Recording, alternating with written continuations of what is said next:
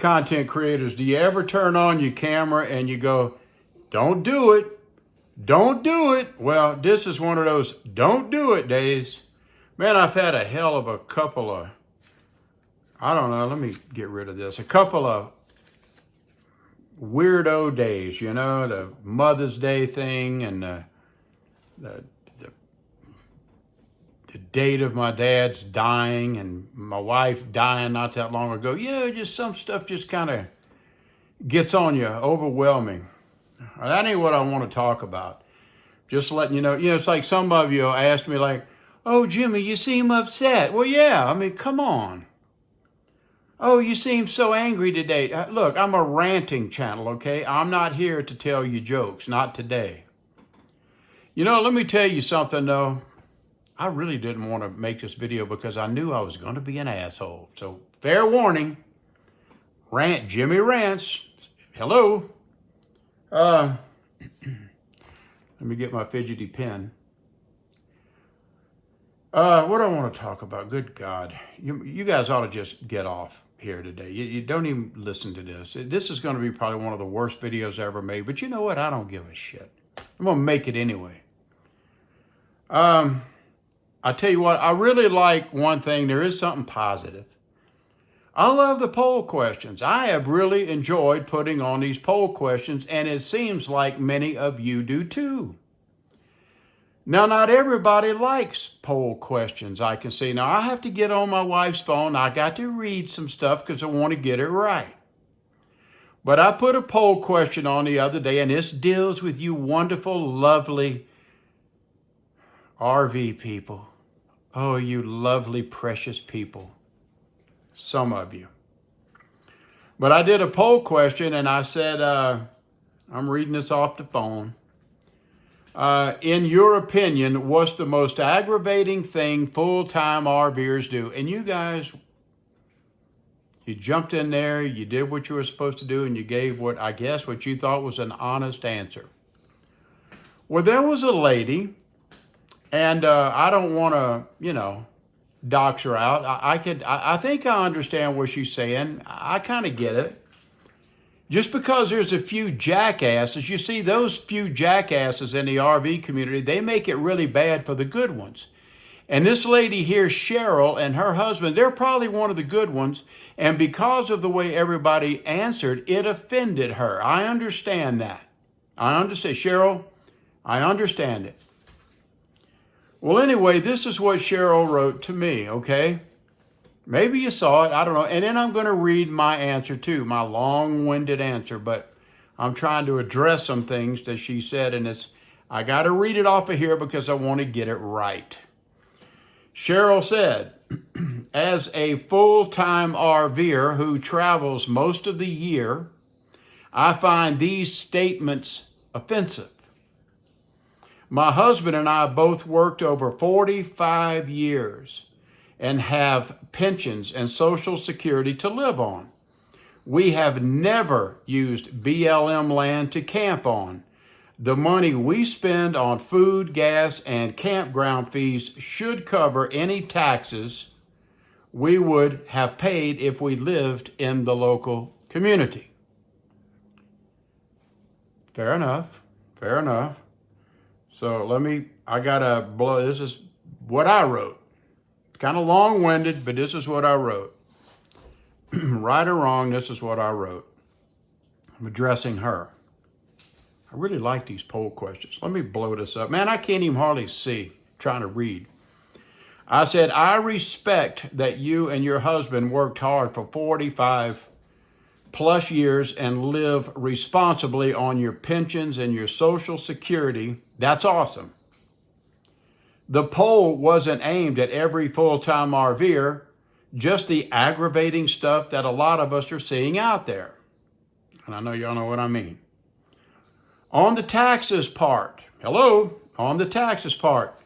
spending on food, gas, and campground fees does generate some sales and fuel tax revenue, and that's great. But, see, this is where if I was, what's that guy's name? Blind Views. When I go, but, I'd flash a but on there, but I don't have all that. Where am I at here? But it doesn't fully cover what locals pay in property taxes that fund roads, services, schools, and upkeep on public lands and communities you're visiting. Let me flip the screen. A lot of full-timers, I'm not saying you now, set up domicile and no state income tax places like South Dakota, Texas, or Florida to minimize what they owe. Then they travel full-time without the same ongoing local tax burden homeowners carry. It's not exactly the same as living in the community year-round. The frustration comes from the minority who trash spots, litter, illegal dumping, human waste on BLM and public lands, leading to closures, restrictions, and skyrocketing campground prices. We've lost access to places that we used to go to because of it. And that's why these polls blow up. Responsible folks like you aren't the problem, but the bad apples are making it harder for everyone, including other RVers. Amen. Now, you and your husband, you're probably, hardworking people. You did everything right and you're doing the full-time thing. That's wonderful. But don't shut your eyes off to the rest of the world. There's a lot of scumbags out there in the RV world. They are ruining it for everybody, and a lot of you know it. I mean, you sit there, you're out, I'm in a remote place, there ain't nobody. Well, I'm looking, I don't see anybody, but my black tank is really full. Let me pull it. Boom, you pull it, and now you got crap all over the place, and you drive off. But guess what? 5 minutes after you drive off, guess who drives up? Yep, Mr. Ranger. So what do? They file a report, and now they shut these areas down. And now nobody can go because of you imbeciles out there.